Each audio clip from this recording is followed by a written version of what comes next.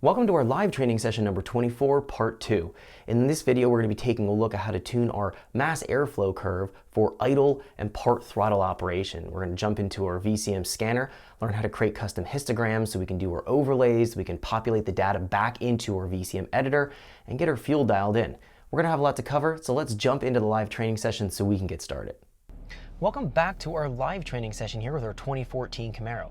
In the last video, we set up our base map for this supercharged setup here and the injectors and all the modifications that this vehicle had.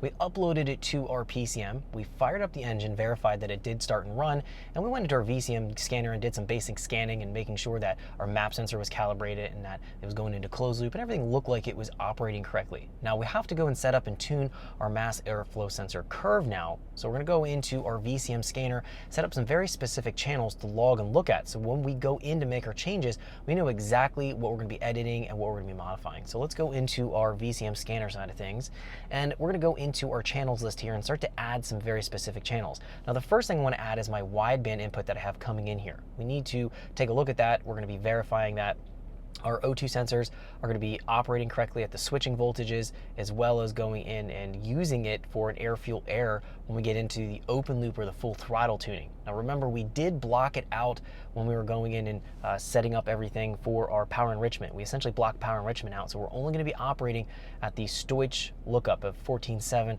as we're driving around. So we'll find our equivalent ratio here should be 14.7 or 1.0 as we're going at idle and part throttle. Let's go in here. The first thing we'll do, I'm going to be putting it right here under equivalent ratio, command it. I'll click right here. I'm going to go right click, add channel, and I'm going to go down into my MPVI Pro. Now I have my wideband wired into my input 2 on my MPVI Pro cable. So I'll go and select this right now. We're going to see it's added to the list. Now I need to do a transform. So it transforms it into an actual wideband reading. And if I go here and I right click into transform,